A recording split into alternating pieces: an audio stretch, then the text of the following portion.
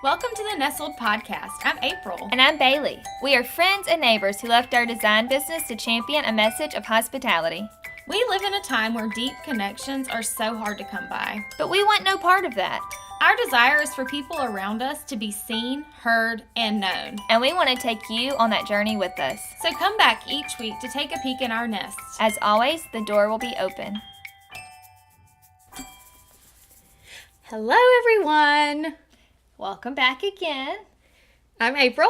And I'm Bailey, and this is the Nestled podcast. The Nestled podcast. And we are recording a little early because right now, as this comes out to you, Bailey is sailing the Crystal Sea. Going on a cruise.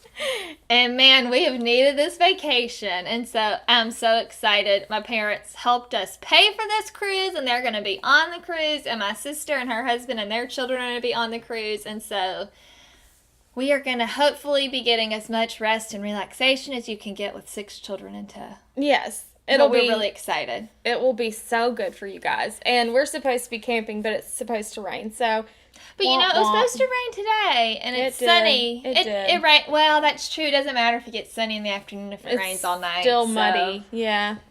So, I don't know. I think that my family, as this comes out, is going to be cleaning out their drawers and such. Well, I was going to say maybe y'all can camp in your living room or something, because I know your kids are really excited.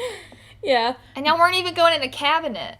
As Tanner said, y'all weren't even going to be staying in a cabinet. You were going to stay in a tent. Right. It was going to be so great, letting us out of the cabinet. So, and also, if you are in Mobile when you listen to this, it is Wednesday, and so Mardi Gras will be over. Yeah. So I hope Fat Tuesday yesterday. Hopefully, no one's hungover. And all of my Catholics out there will be getting your ashes on Ash Wednesday. Yeah. And I'm going to be in Mexico. I can hardly even think about anything else right now. All the things that I need to be doing. But, I know that my reward is going to be a vacation. Right. If I can get there. Anyone who's ever, why would you stay in Mobile? You know, that's kind of a thing. Mm-hmm. Anyway, if for nothing else, it's for the week you get off for Mardi Gras break. Right. Oh, yeah. People are probably really confused. Yes, my children are in public schools. And yes, in Mobile, Alabama, they get the whole week of Mardi Gras off. And your husband who's a teacher. And my husband who's a teacher. And my mother who's a elementary school principal. Whole week. All get the entire week off. And that's why we're taking a vacation in the middle of March. Yes, and that is why Mardi Gras is the best. For so many reasons. We literally get 2 spring breaks. Yeah, a month apart. Yeah. Because we have, this year Mardi Gras is in March, and then spring break will be in April. Mm-hmm. And yeah, it's a good thing. I understand the Monday and Tuesday of Mardi Gras being off. I don't really understand the Wednesday through Friday. Right. But we will take it. We appreciate it. Thank you, Mobile County Public Schools. Absolutely. Yeah, see, the private schools only get Monday and Tuesday. I know, right? So that's one of those times. It pays off. It pays off to be public school kids. Mm-hmm. So we introduced last week a series that we're calling Nestled and Him. And we don't know if you guys have responded because we're recording this pre. Right. But we're hoping that you guys have said a lot of things. Right. And we will be talking on our Facebook group, Nestled and Him.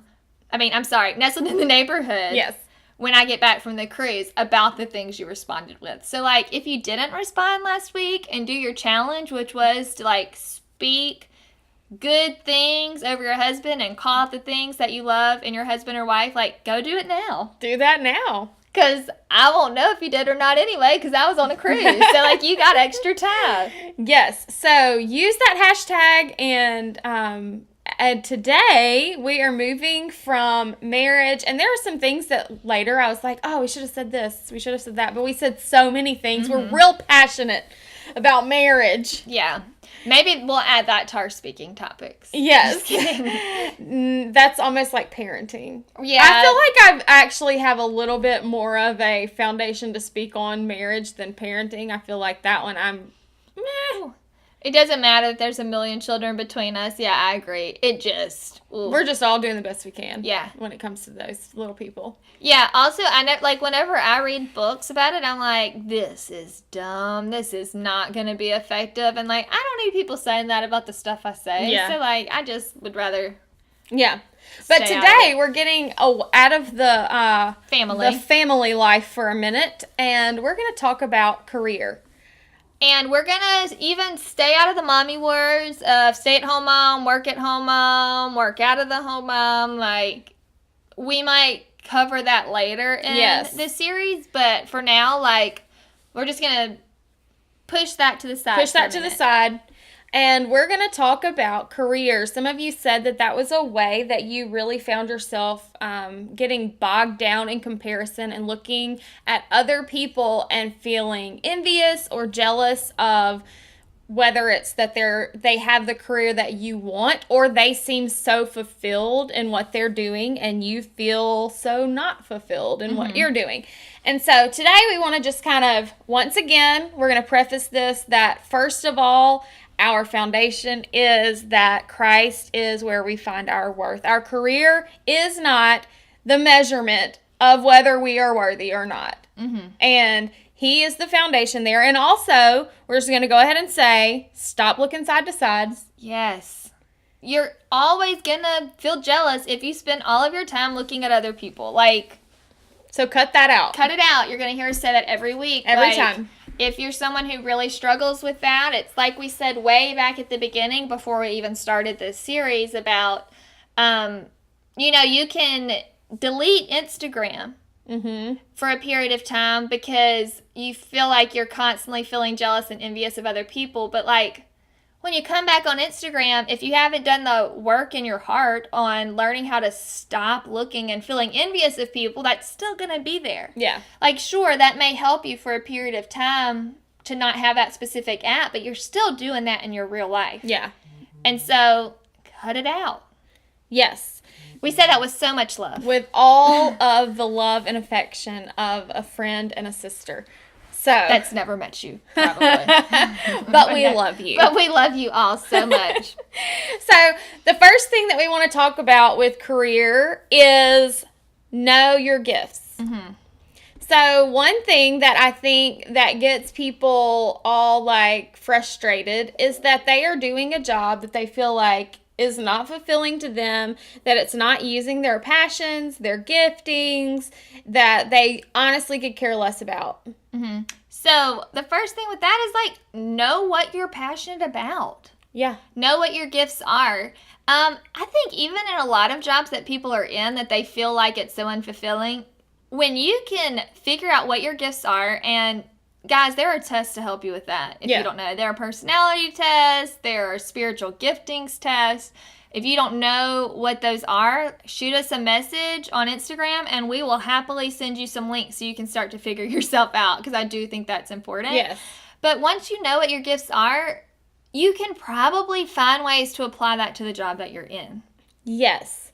You definitely can find ways, I think, to work in whatever your gifts are to where you are and to find at least somewhat of a purpose where you are. Yes. But sometimes you're just in a job you don't like, and that's okay. But here's the thing.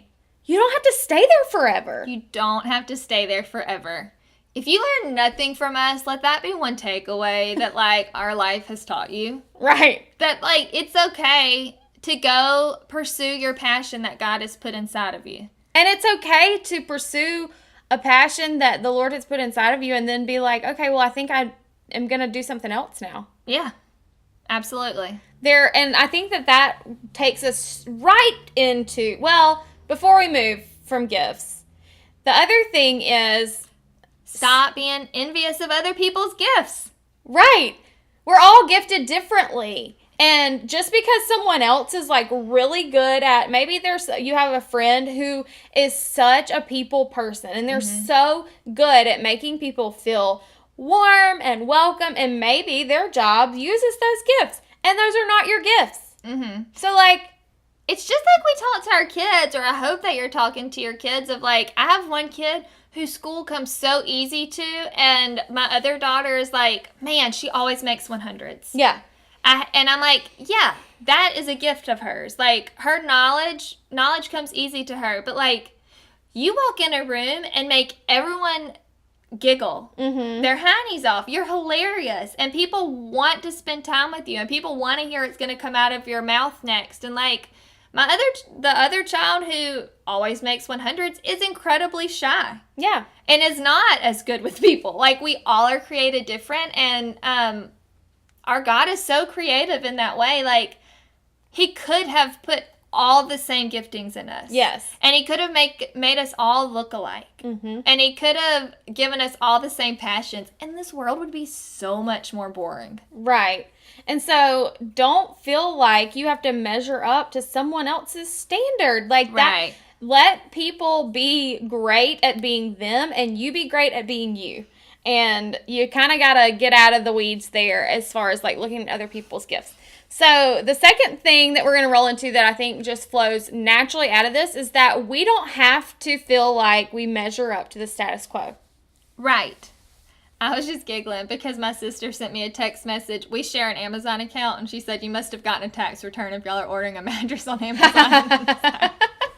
That's so funny. Speaking of not being envious of other people's gifts, my sister doesn't have to wait on a tax return. She's not going to get one. She can get that mattress when she wants. But yes, we got a small tax return, and we are using it for a new mattress. Anyway, and it will be the best investment you've made in a long time. We are so excited. Well, it's funny because the other text message I had from my husband was, I'm so excited to get that new mattress. It's so funny. Anyway, status quo. Status quo. So here's the thing. You have a job and you have a job you hate. You can't just quit your job.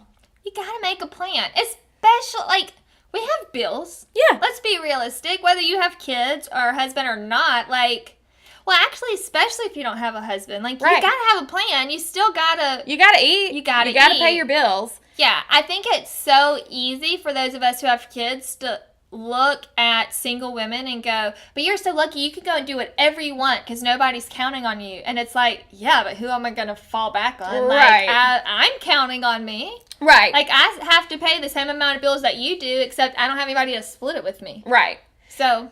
But just because, like, here, you know, one of the things I've been frustrated with having teenage kids is that it's like a very narrow market that I feel like they're pushing all kids into jobs within this very narrow market. And a lot of them surround some form of engineering. I was going to say STEM. It's all about STEM. Every school is pushing towards that. Well, not every kid is gifted in that way and definitely not passionate in that way. So, like, ignore the status quo of whatever the expectation is for you. Figure out what you're passionate about, but then, like, make a plan to get there. And sometimes that might look like, okay, I still have to pay my bills, so I still have to work. But, like, this is my dream. This is my goal. What are the steps that I need to take to get there?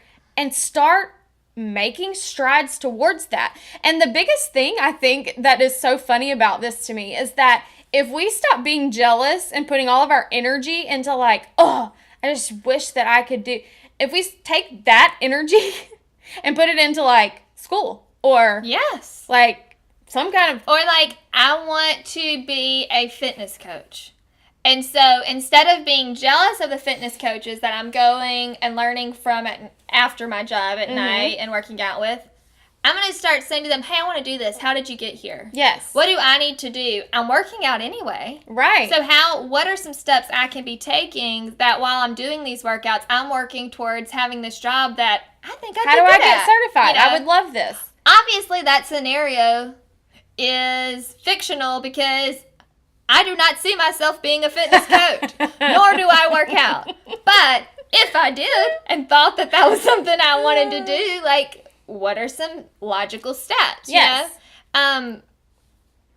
Also, keep in mind, like, people are making sacrifices probably to do those things that they're passionate about. Like, for sure. Whenever, you know, like 10 jobs ago, whenever I left my real job, my career job for April and I to do design, like, that was a huge pay cut. We haven't made up that pay cut. Right.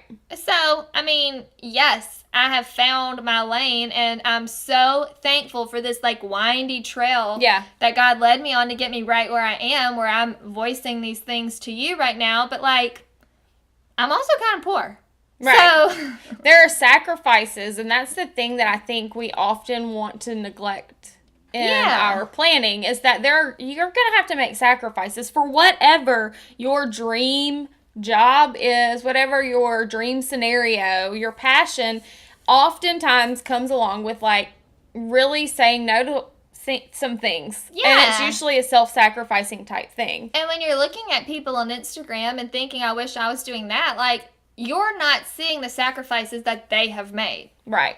Very few of us have just been handed, like, there are very few people in this world who are independently wealthy or like, accidentally, like, famous for just being happened. famous. Just kind happened thing, upon something that just blew them up to where they... There are very few CEOs who started out as the CEO. Yeah. I mean, like, we all have made sacrifices along the way to get to where we want to be. Right, and with that, you have to know your priorities. Yes. And line up what you're willing to sacrifice under that. There are certain things for me that are non-negotiables. Mm-hmm. And those have played into a lot of decisions. Mm-hmm. And I mean, honestly, there are a lot of things that have played into the growth that maybe could have happened on our podcast and in our podcasting business that haven't happened because there are things we aren't willing to sacrifice.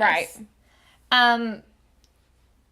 We don't want to spend 24 hours a day on Instagram. Right. We know that to grow our Instagram, we need to be on Instagram a lot more. However, for us personally, that's just not how it's not priority. It's just not at the top of our list every day. Right. We do hope to get better, but with that, we have not put in the work there, so we can't look at our friend over here who went from 200 maybe when we had 1,000 and now we have 1,200 followers and she's got 12,000 followers. Right. We can't look at her and, like, be mad at her about that because she hustled and did the work to get there. Right.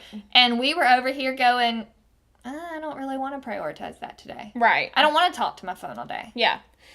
And so the other thing about that is, like, I think that once you've established, like, this is what I want to do, this is where I'm gifted, this is what I'm passionate in, and then you like make a plan. Once you find your lane, like, just stay in your lane. Mm-hmm.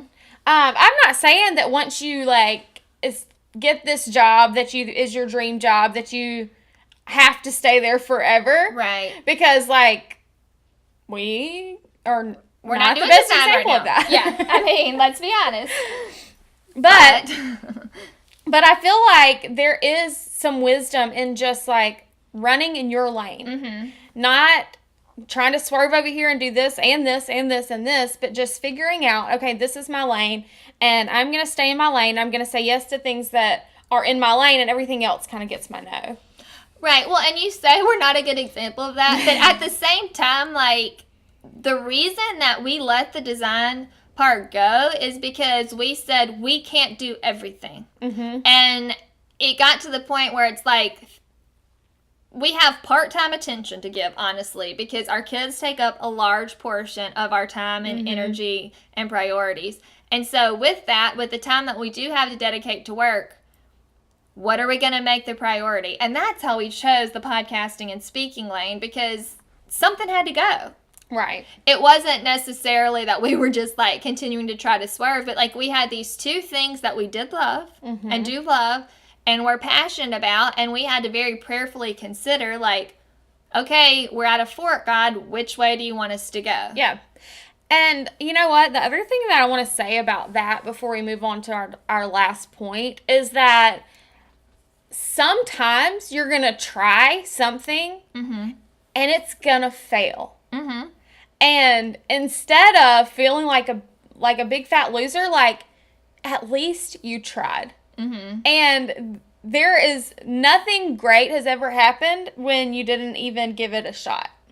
Right. Well, I think we live in a society where even as parents, so many people push their kids to greatness. Mm-hmm. And, like, there are things, but look, my kids swim and like they never win. And that is so okay. I'm so proud of them every single time those little girls are brave enough to stand on that block and jump in and swim an entire length of the pool, which they couldn't do a year ago. And like, Maisie has dwarfism. She's competing against kids twice her size. It takes a lot of bravery to stand up in front of an entire crowd of people and say, I'm about to do this race. I know I'm going to lose, probably, but I'm going to give it my all. Like, I'm so proud of her for trying, even if she, by society standards, fails. Right. Even if we get the participation ribbon, which we usually do. Right. And so I think and then you get back up and you try again. Yes. I think we need to give ourselves that same grace of like, I didn't win, but I tried. Right. I learned. Yes. And so I think that is a great turning point to our last point, which is to cheer one another on. Yes. I think that we can so easily get wrapped up in whether it be jealousy or whether it just be that we, as in our flesh and as humans, we like ourselves a whole lot. And sometimes the way that we love ourselves is by trying to put other people down. And it makes us feel better about ourselves. And whenever someone fails, like, we want to talk about how stupid they were or how whatever. I don't know. There's just a lot of ways that I hear, especially when there's jealousy involved, that the conversation can go if we do see someone fail, but also when we see them succeed. Right. People, even good women, love to tear other women down. Yeah. And and I think so often we don't even realize that we're doing it. But I think that if you make a practice of trying to consciously cheer other people on, that can be people you don't actually know on Instagram, or it can be people that you know in real life, but like actually speak out loud goodwill towards those people, and like you're going to stop feeling a lot of those feelings of jealousy. Yes. And for the people that you look around and you see that they step out and they're really brave and they do something and it fails, encourage them. Tell them how brave they were. Like, help them get back up. Whatever it takes. Like, be for other people and not just for yourself. I know that I already gave an example of kids, but when you just said that, it reminded me of Megan, our friend Megan, who I know listens, and it's actually April's sister-in-law. Her daughter, Kylan, did, I almost said audition, but that's not the word, ran for student council president, and she stood up and got filmed for her, her speech to be played to her entire school. And she did like this cute little rap, She didn't win the election. But I was so proud of her. And we both told Megan, like, I hope she is always that bold and brave. Yes. To get up there and put herself out there like that, because a lot of adults aren't willing to do that. And it was so cute. It was. And she didn't win. But she's better off for having tried. Yes. And putting herself out there in that way. And like, honestly, guys, we're all going to fail, so we need to let our kids learn to fail. Yeah. Because that's an important life skill of, like, how to rebound when things don't go our way. And to realize that there are lessons to be learned, probably more lessons to be learned in the failure as there are in the successes. Like, we are always learning, always growing, and I think that part of that is being able to cheer one another on. And that can be people who start out where you are and advance faster than you are. Or like, we came into the podcast world and Jamie Ivy already was very successful. And then we had the opportunity to get to know her. And we're so happy whenever she's successful as a friend. Like, we don't find ourselves wanting to be Jamie Ivy. Right. And we could very easily, if I'm being really honest, if we let ourselves get into the comparison game with the podcast, we could quit. Absolutely quit, because it would feel very discouraging that for some people it takes off and it grows really fast. And we, like we said, we look and we go like, there is an aspect of that, of they're hustling in a way that maybe we have not been willing to because we have set our priorities. But we can't compare someone else's success and say, well, that means that I am not doing what I'm supposed to be doing. Right. This person who we know is getting $25,000. Listen, I mean $25,000. Yeah, right. No podcasters making that. 25. Well, maybe some. Yeah. Not us. Not us. 25,000 listens and downloads every week, and we may be getting 700. But then we had this thought of, you know what? If we pictured those 700 people sitting in an auditorium listening to our words each week, how humbling is that? Yes. Now I'm not scoffing at that number. I'm so proud of that number, and I'm so thankful that there's 700 of you that keep coming back each week. Yes. Like, that's huge to us. Right. And so we got to focus on the us. Like, that's the positive in that. Like, yes. I'm surprised I just shared numbers. But that's the positive in that. Like, I can't be worried about, like, we had hoped by now we were getting 10,000 listens a week. Right. You know, okay. Yeah. That's not happening. But those of you who are coming back each week, like, each of you is a person with a life who takes the time to listen to us chatter for half an hour to an hour each week. And, like, we're thankful for that. And right.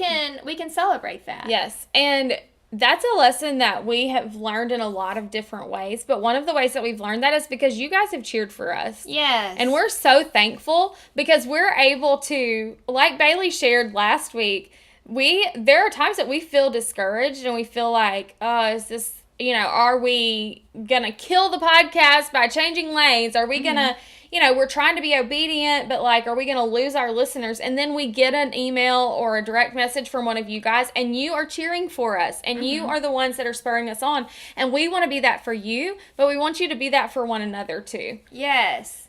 The community of listeners, and then also just like your regular community, your day-to-day stuff. Cheer each other on. There's so much negativity in the world. And like, if 700 of you listen to this today and go and cheer on 2 or 3 people, that's a lot of people who are encouraged. That's like 2,100 people. Yeah. That's like 2,100 people who got encouraged today. And that means something. That means something. And here's our challenge for this week. So we talked about knowing your gifts, fighting against the status quo, cheering one another on. So here's what I want you guys to do this week, and we're going to do the same. Mm-hmm. I want you to share what you're passionate about and what your dream job is. Mm-hmm. Now, this is really going to push some of you outside of your comfort zone. Mm-hmm. If you are doing your dream job and you're like in this place that like, man, I'm so thankful that I get to do this. Like, share that. Yes, absolutely. And hashtag Nestled in Him. But if you're not and you like have passions and desires that you feel like the Lord has gifted you and He's given you these things and you're like, if I could do anything, this is what I would do. Share that with us. And share it with your people. Share it with the world. I mean, what you will do whenever that happens is you're going to now give your people permission to see a little bit of you being vulnerable and to cheer you on in that thing. Yes. I don't know to encourage someone in what their dream is if I don't know what their dream is. Like, if I think that they're happy and fulfilled in what they're doing, I'm just going to assume that they're happy and fulfilled in what they're doing. But if I know what their goal is, I'm going to check in with them and say, like, hey, how's that going? Or, I noticed you did this particular thing, and wow, good job. That's one step closer to where you want to be. I'm proud of you. Yes. And if you don't know, then our encouragement to you and our challenge to you is take some tests, take some advice from people who know you really well, and ask them, what do you think I would be good at? Where do you see the giftings in me? One thing that I did in college that was interesting is I'm sure that the course I took is now using the Enneagram. They didn't have that yet. But we did the Myers-Briggs and then had to look up what are some suggested careers for the Myers-Briggs category that we fell under. And it was so accurate. Yeah. To things that I think that I personally would enjoy doing. But you could do the same thing with the Enneagram. And that's if you have no idea what you want to do. Yeah. But hopefully you guys know what your passions are. And if you know a particular lane that you're passionate about but don't know how that could work into a career, I used to be a career coach. When I was a real job. Like whenever I had a real day-to-day job. But I would love to hear what your passions are. And if you're like, hey, is there any career that this could fall under? And I would love to help you kind of work through that for free. You know, because we care about you guys. Yes. And we want you to live happy, fulfilled lives. And we want you to walk in the giftings that God has given you. And we want to cheer you on. Yes. Yep. So, this week, think about your passions. Think about your giftings. What does the Lord put on your heart of like how you can use those in a career? Stop looking at other people. Yes. Make a plan. Fight against the status quo and cheer each other on. Yep. And make sure you use the hashtag on your social media posts about what your dream job is or what your passions are. Hashtag Nestled in Him so that we can all put into practice cheering each other on. Yes. So we can search that out. I know that if you're private, like it may not show up, but like just try it out. Yeah. We should be able to see you if you follow us and we follow you. And also, we've said this before and we haven't said this in a while, but our other hashtag that we used for a while, Where I Nestle, we still use that. But some of you are private, and so we can't see the post that you're posting. We want to follow you. So if you follow us and we don't follow you and you post on our hashtags, like shoot us a message so we know that you're out there, because we just like don't know how to find those people. But we would love to follow you so we can cheer you on in these things. Yeah. So we hope that you guys are enjoying this series on comparison, and we're going to fight with everything in us against that so that we can live content and that we can live fulfilled in Christ. And as always, we thank you guys for taking a peek in our nest. We hope you come back next week. As always, the door will be open.